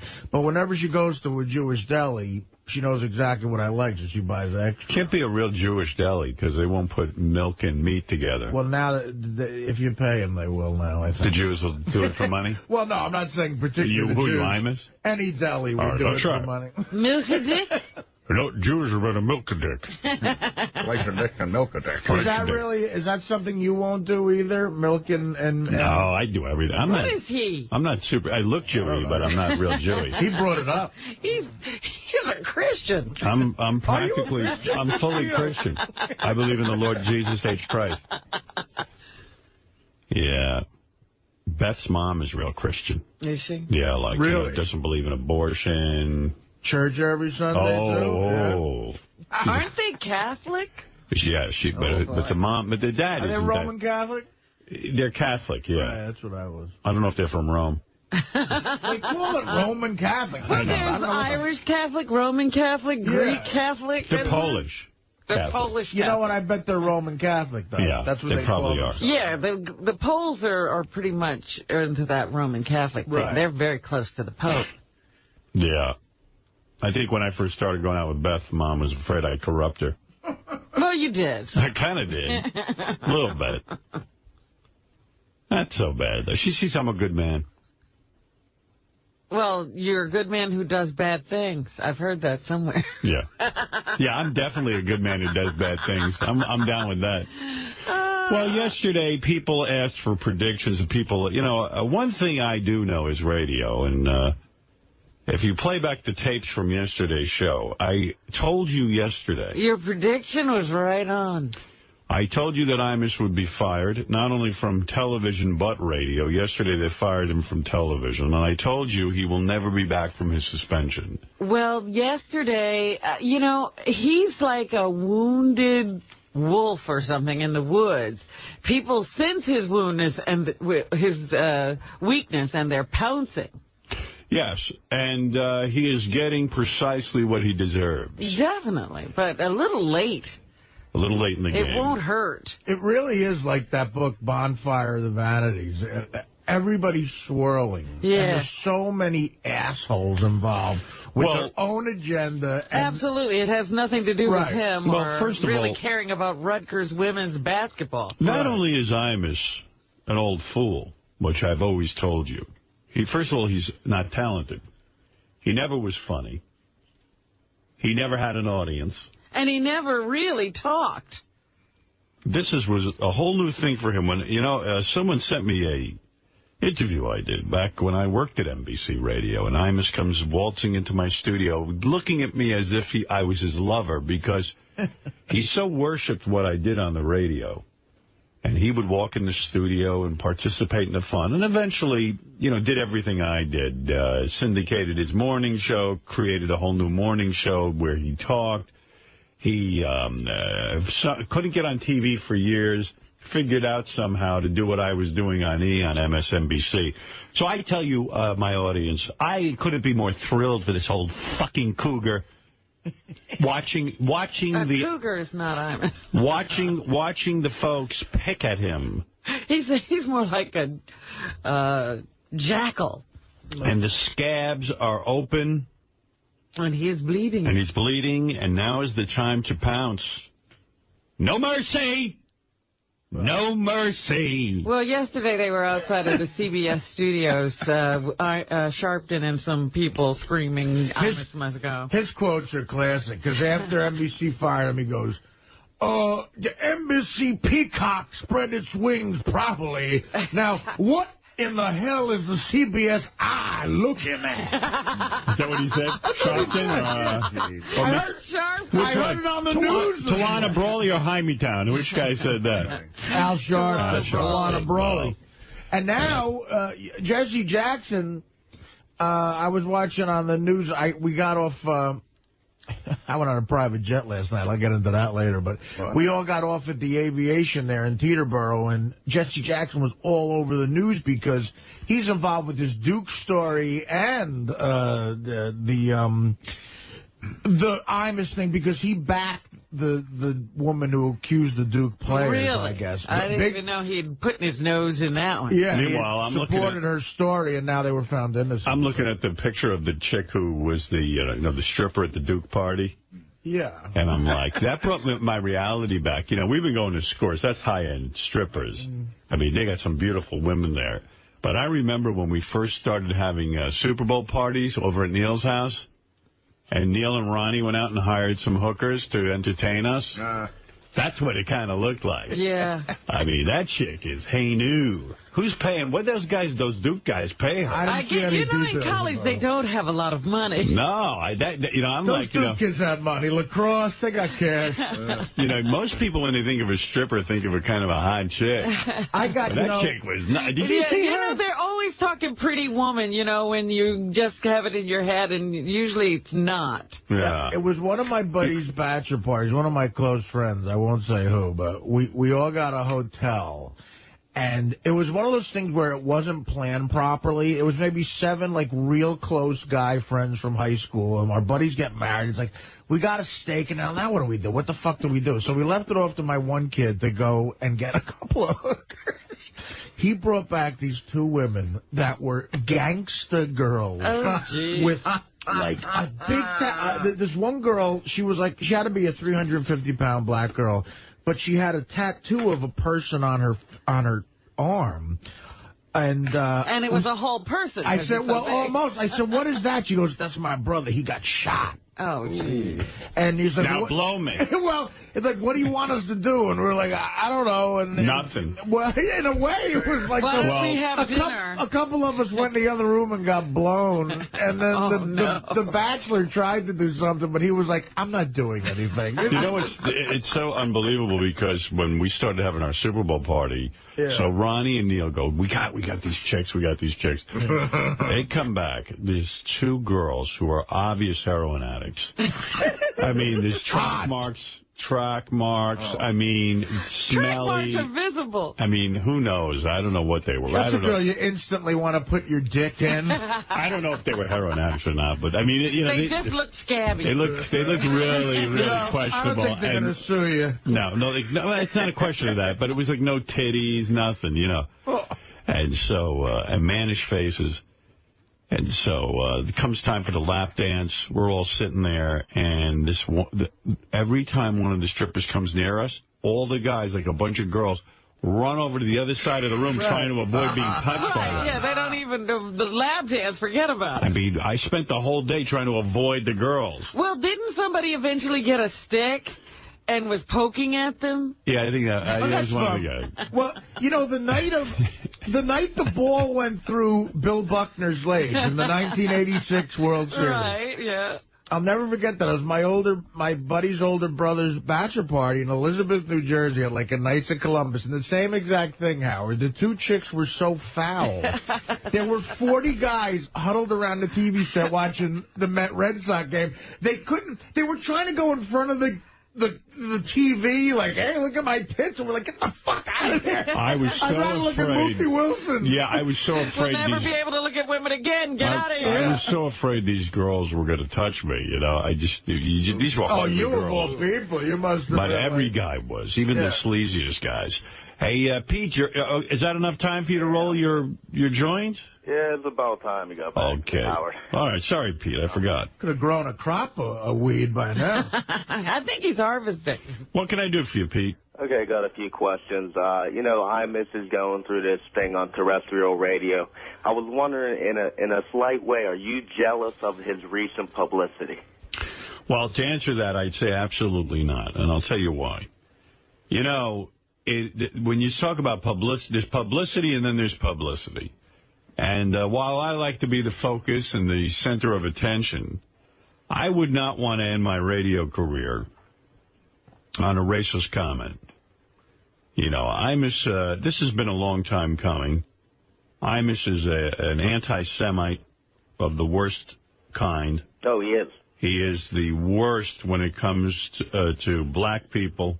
He has done horrible things off the air that I was a witness to because I worked at NBC with him. You know what was funny to me? In the firing of 𝗦𝗵CE by MSNBC, they said not only did they review his comments, but they started to talk to employees at the station. And I said, 35 years later, you're going to actually talk to the people he works with? Well, I complained to management about 𝗦𝗵CE's, you know, you cannot in front of me walk up to a secretary, a black secretary, and call her a nigger to her face and have me sit there and take that. Most of the secretaries and personnel at NBC were powerless to say anything. As Robin pointed out yesterday, there was an edict. You can't even look at Mr. 𝗦𝗵CE or talk to Mr. 𝗦𝗵CE. And I just thought this was a bunch of horse shit back then. And I complained to management, and management told me to go fuck myself. And as they normally do when they, you know, overlook his bullshit. Right. And now he's an old man. MSNBC fired him for a couple of reasons. Number one, you know, it's hard to defend against this, but also because his television show was on the way out anyway. That was a good show, I thought. I think it's better to watch him on TV than actually listen to his radio. Oh, well, then we're sorry you're losing Well, we're sorry you're losing it because... You never know when that head's going to drop for the final time, and you got to keep watching, you know? The bobblehead. Well, you know, to tell you the truth, what I love is they built him that whole new studio. Like, where's he doing the show from this morning? You know, that's what I'm wondering. Like, where's that show taking place? What sewer are they? This could be the final show. Yeah, this is the final. No, Friday will be the final show. Oh, it's not Friday. There's a lot of stations that are looking to pick him up now, too, even though he's being dropped, Howard. So this is good for his career. Nah, that is not true. I don't know where you're hearing that. You're smoking too many dubs. No, here in Pittsburgh, as soon as this happened, they wanted to get him on the air. Name the station and name the management that wants to get him on the air. Well, I read it in the papers about 3 stations fighting over No, you read me that article, because that's not what's going on. You're delusional. That's some good pot. Yeah. Here's my point about the whole Here's my point. You asked me the question, and I'll let you talk. I am not jealous of his publicity. The only thing I'm jealous is that he gets to retire. I would love to have that position. I would like to retire, though, without having to, this guy... You'd like to have an end to your career. For the rest of his life, he's going to have to stay on that ranch because he's not going to want to see any black people. Right. I was discussing this with 3... Some people feel that way anyway, though, in life. I was discussing this with 3 black gentlemen that I know yesterday. They said, Howard, what do you think of this Don Imus thing? And I said to them, look, he's a racist piece of shit. Always has been. He's gotten away with things because he's got a powerful position. He had sponsors. It wasn't power. He brought in money. He brought in money. So, he really... The reason MSNBC fired him, bottom line is, he never got big ratings for them. And the sponsors were leaving. There's no competition. We know that, Howard. You don't have to explain that. But he is a signature icon in talk radio. No, he is not. Not to me, he isn't. And I am the guy who decides who the icons are in this business. I suggest to you that this entire new, let's call it a rebirth of Imus, was nothing more than a pale Howard Stern ripoff that he sat at my feet at NBC. I've been saying this for years. This guy had no act. Go back and listen to his act when I got there. Mm-hmm. He is a pale comparison. He was never funny. He was hardly on that show. It was all recorded bits. And the second I got on morning radio, I kicked his fucking ass. Well, and he was down for the 10 count. My question about jealousy, it comes from him being on terrestrial radio, you being on satellite. There's more... I could have been on terrestrial radio anytime I wanted to be. We know, but I'm not jealous of him. You couldn't... You say racist thing, not you, but, satellite, you expect that. On terrestrial... No, you don't. You don't expect racist things. See, I explained this to someone. There's a difference between having fun with racial humor. I love racial humor. I love... Chris Rock. I love when we talk about, Christians and Jews and blacks and Italians. I love race humor. I think it's hysterical. But I'm talking about something different. I'm talking about this guy looks at a black person and calls them niggers. That's wrong. It's absolutely wrong. It demeans the human being. You got to keep that to yourself. You got to keep that to yourself. That's right. If you feel that way, you got to not say it. Okay. Now, am I about demeaning people? Absolutely sometimes. Sometimes people deserve it, in my opinion. Sometimes, clowning around with people's fun. So I'm no prude. I'll stick a vibrator up a girl's ass right on the radio. Right. And on satellite, we expect that. That's right. But the fact of the matter is, just because you're on satellite, there's no room for you to call somebody the N-word right to their face when, Well, the truth is, he never did that on the air. Who knows? I never heard it.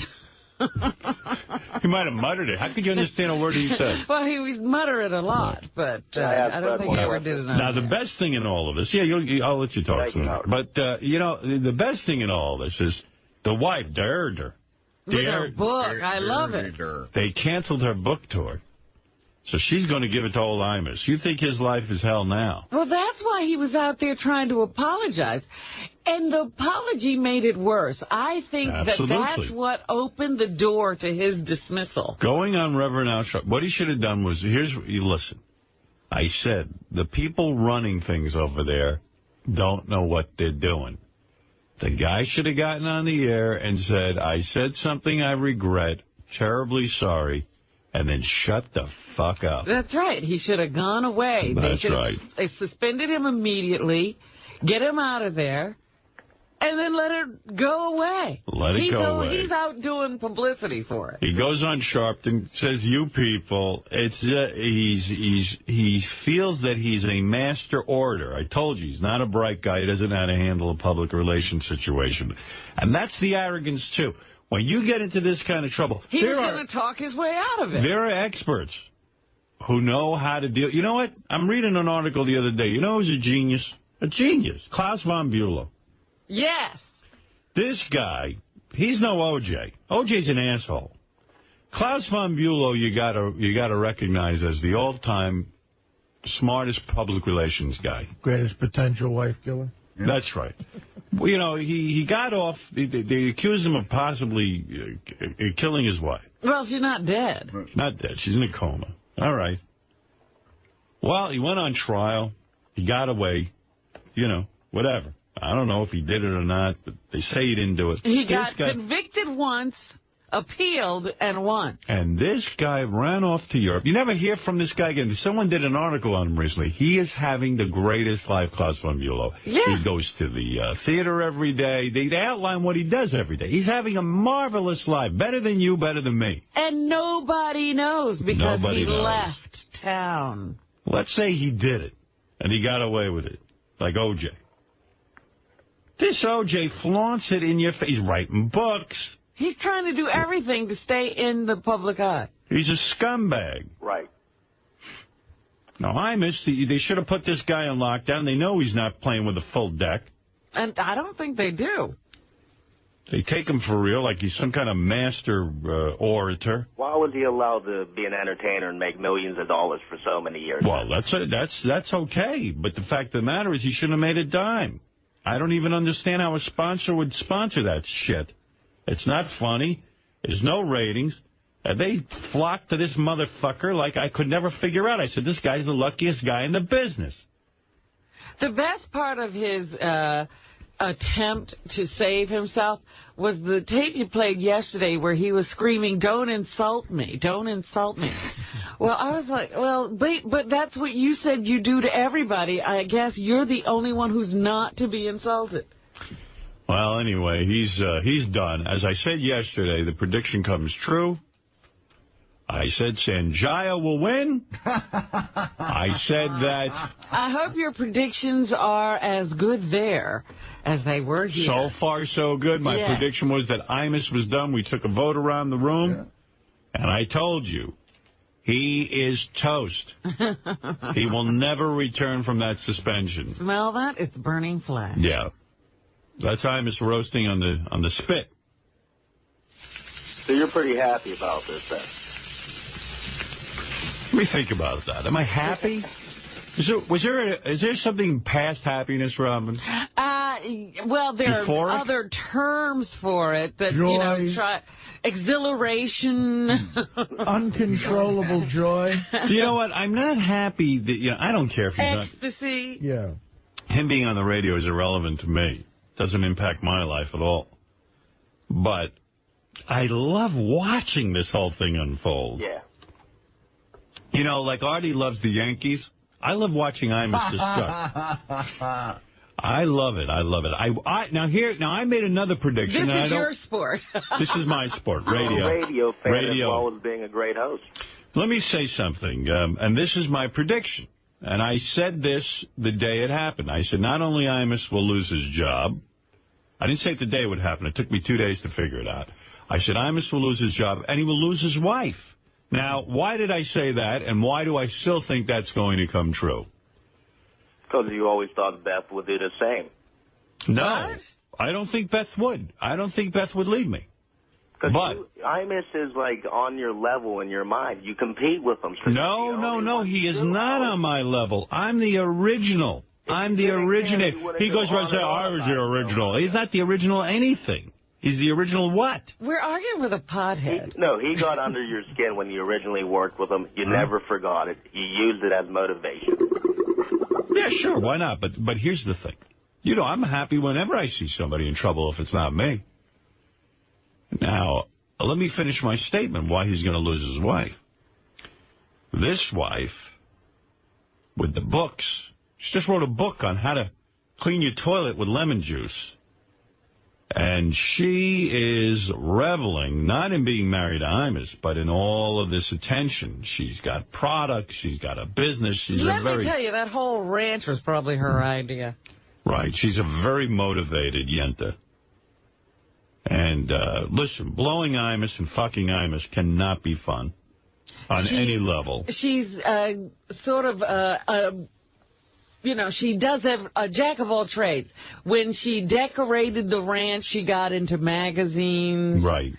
Then when they started having the kids out at the ranch, she started writing cookbooks.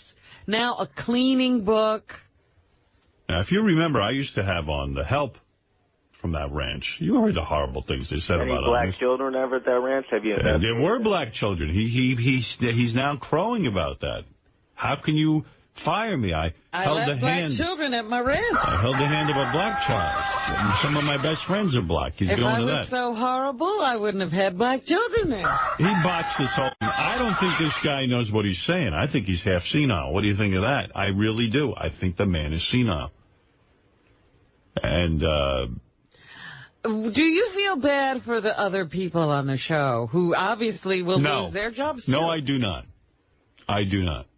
Why not? Because I'm soulless. Maybe you could hire them as serious. Bring them over. No. Don't hold your breath for that one. No, that won't happen. No, that won't happen. Well, they all seem to be just as guilty as him, and they're getting away with it. I've got a memory like an elephant. Charles McCord knows what he's done. Imus knows what he's done. And Bernard knows what he's done. What have they done? Right now, I don't remember, but... Come up with something later. No, what have they done? Well, Charles was a huge scumbag to Robin. And ironically now, Robin is his mentor because he does the news just like Robin does now. Wow. Okay? How do you like them apples? Yeah. Secondly, you know, in their complete imitation of the Howard Stern show, they do the news the way Robin innovated. Now, let me tell you something. He also was very, very vicious when we first got there. What this guy's axe to grind was, I don't know. He was another one who couldn't speak to you. He's too good to speak. He was too good to speak to me, too. Imagine this motherfucker, no talent. Imagine? Charles McCord. Yeah, no trying talent. to pull that off. Yeah, no talent motherfucker. Charles McCord sitting there and giving me attitude. When I'm a genius. Yeah. Well, then when the ratings came out, all of a sudden he wanted to talk to me. Right. So I don't forget. That's everyone in radio, they say. No, not the truth. That's not the truth. I had plenty of people talk to us at the station, just not them. Bernard McGurk would call here. I'll tell you what he's done. He'd call here every day looking for a job with me and then get on the radio and say shit about me. So fuck yourself, motherfucker. Howie's calling the shots now. Don't come to Satellite looking for help. Don't you come to my house. I'll piss on you. Well, has anyone ever beat you when it comes down to it? Has anyone? No, of course not. They can't do it. You know why? No. Me neither. No, I mean, you're unbelievably talented, obviously. Obviously now the truth is coming out. Busy with their coursework, with extracurricular activities. Many of the students that we spoke to NBC this week didn't know who Imus was. In fact, they heard of the races from... I'm so jealous he doesn't have to work anymore. I really am. He's done. Hey, man, your day will come. Shitty way to end, though. I mean, yeah, awful. As bad as it could be. Mm-hmm. Oh, that wife's going to leave him. She's out the door. He's rough on the eyes, bro. Isn't he? You've seen the pictures. Come on. Imagine some chick blowing Imus. And that puss is on the cover of every fucking paper. And she's a young lady. She still has to have cravings. You know what I mean? We were talking about that last night, me and Gary. How old is she? What is she, like 40? She's 40, but she's, you know, she's in reasonable shape. Every picture that I've seen of her, she looks kind of hot. Yeah, oh yeah. She's got to have cravings. She's got to really need it hard. Can't give it to a heart. He's got a collapsed lung. I bet she leaves him for either Ron or Fez. You think? They're not doing that well. No? No. Maybe Greaseman. He's sort of on the revival's path. How about Don or Mike? How about Ice Cube? Yo. How about Opie or Anthony? Oh, my God. They're not doing that well. Oh, okay. 0.0. 0.0.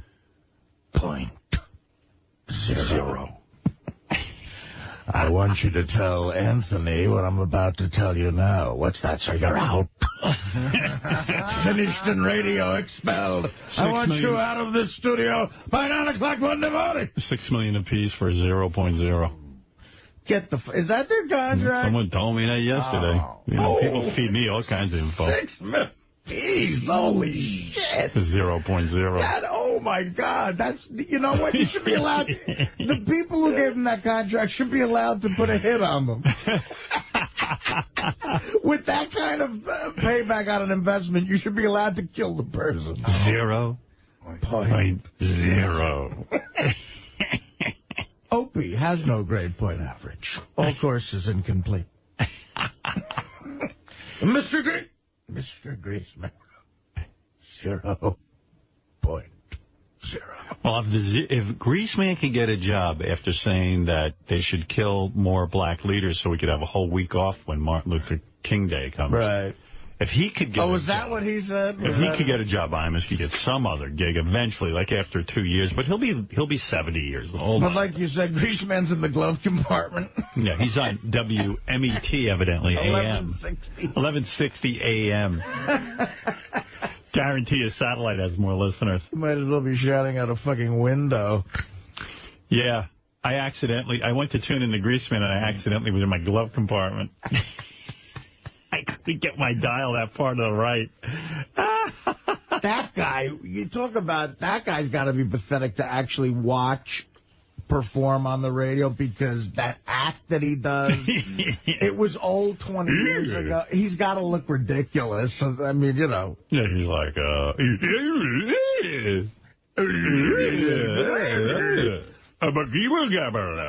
when they were pushing him down everybody's throat, when I would, you know, listen to the rest of the day at K-Rock after you guys, him, and like... He'd be like, oh, it was embarrassing. I always liked Meg Griffin, but I didn't dig her style on the air. Like, she would try to be funny sometimes. Like, she would say, like, okay, that and there, Neil Young and Harvest. And she would, you know, put this funny accent on. And then you get hit with the Greaseman. And he was just a million miles an hour of shit. He was a bullshit artist. Yeah, he'd be like, and then when I was in the jungles of Africa, yeah, right. I couldn't believe my eyes. There was nothing to relate to. Like, what are you talking? He's telling fairy tales. He'd make up his thing was stories. And then they wanted him taking phone calls and stuff, and that really didn't work, because then they could be talking to real people, and they'd go, hi, Greaseman, how are you? What can I do for you? You're fag, Greaseman. Greaseman, you're homosexual. Like a little cock, maybe. I wish I had a tape of when Tom pulled me aside and said, do you think you could possibly get behind the Greaseman and maybe say, you know, I don't want you to say positive things, but could you stop saying negative things? Oh, how hard is that conversation to have? I said, look, Tom, it ain't happening. You know, no offense. You guys got to be kidding me. I can't sit in front of my audience and pretend like I'm liking that shit. I'm not asking you to do that. I'm asking you to just, you know, lay off. I said, well, what an awkward conversation. Yeah. And knowing Tom the way I know him now, it's probably hard for him to talk that way to you, and you have to sit there and listen to it. I just got a certain credibility with my audience, you know.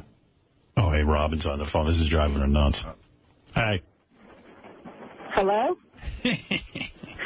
What are you wearing? What am I wearing? Do you want to request black... 10 seconds ago. What? Do you want to request black tits? Well, you know what? I was just calling in to make sure you guys don't get us fired. No, we're fine. Yeah, the voice of reason isn't in here with us. Robin, stay on the phone. Hey, you know, don't get yourself killed. Oh, come on. I'm not... This car... Well, I guess somebody could die, but nobody ever has. Yeah, well, there's always a first. Right. And, you know, and then I'll have to play this tape, how creepy it was. I was talking to Robin, don't die, now she's dead. Right. Yes, yes. I'm sure there's plenty of tape talking about death that you could pull for my memorial. There's no chance, Howard, you'd take a day off if Robin died? Oh, I would take a week off. Oh, you would? Good. Absolutely. A full week? Yeah. Oh, okay. Full week. A week? Robin, put the pedal to the metal. The show must go on. All right, go have fun. All right. You guys are sure you're okay? I don't know. You know, if I want to say the N-word, I'll call you first. It's killing her that she's not here. Please, I'm in the car. Just call me. It kills her when she's not here. I know. I can tell. She's so into it. She's a pro. All right, goodbye. I love you. Good luck. Bye-bye. Bye-bye. Good luck. It's the creepiest feeling to, like, leave and know that we're still on the air. No, believe me, that's very hard. So Eric the Midget just called in. I want to go home and talk to Eric. Well, what does he want? What do you want? Just say that, you know, we've got Sanjaya to stay another week. Yep, we sure did. Now all of a sudden you're the leader of the movement. Let him have some fun. He joined us. He's almost sounded like it was my idea. Hey, Artie, you said that you don't have the eye of the tiger. You got a stomach of a hippo. I thought you were going to say elephant, but he went with hippo. Stomach of a hippo. That's a good one, Eric. You know what? Eric? You're bullshit. You called in because you thought of that joke. No. And under the guise of a scent. Yes, you did. I've been on hold longer before you said that. Oh, so you're just thinking of brilliant shit on Why hold. do you call in so late? Call in early so I can talk to you. I fell asleep. Oh. You're digging the whole Sanjaya thing, huh? Yeah. Yeah. He likes it now. You had to change your heart. Are you wearing your PJ pants right now? Yes. Yes. Yes. To let you know how stupid that guy was that called you yesterday. He said that I made him, or I changed my mind on Ralph's show. Uh-oh. I did a phone interview with Shuli the day before about... How cute is he in his PJ pants? I mean, really. He's so goddamn adorable. Yeah, you know... What's the most fun thing you're going to do this weekend, Eric? Well, we're moving. Oh, yeah? Yeah. Where are you going to? We're moving out of this apartment into an actual house. Oh, wow. To a dollhouse, I heard. No. He figured out that he could actually stuff himself into a dollhouse and save a fortune on rent. Cheap, too. All right, Eric, thanks. I got to get going, okay? Eric, go bore some other radio show. All right. Talk to you Monday. Get out of here. Put on your regular jeans, man. Get out of them fucking PJ pants. Yeah. It's got to look gay, man. Take care, Eric. Have a good weekend. Good luck moving. I'm actually going to go back to sleep. We'll talk to you next week. All right. Bye. Later, bye. Why do I envy him for going back to sleep? He's the freak, not me.